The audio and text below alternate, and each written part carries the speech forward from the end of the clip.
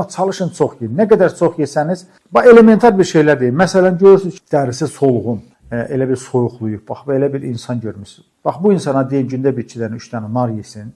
Çox demirəm, 15 gündən sonra onun vücuduna baxın, əhəmiyyətli dərəcədə dəyişikliyi siz öz gözünüzlə görəsiniz. Adamlarla görürsünüz, kapillər qansızmalar olur ayaqlarında, əllərində, qollarında, zadında olur, görürsən, göz ətraflarında da bəzən olur. Bax, onlar üçün də nar faydalıdır. Biz, məsələn, tibbdə biz buna deyirik, ulduzluqlar.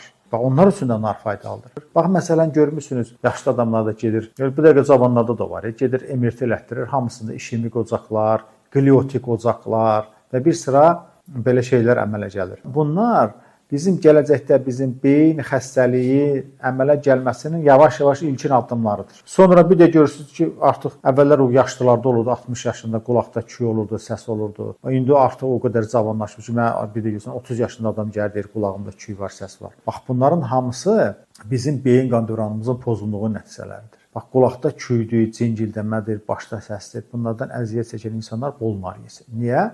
Beynimizin qidalanması yaxşılaşacaq və bu kimi problemlər aradan qalxacaq.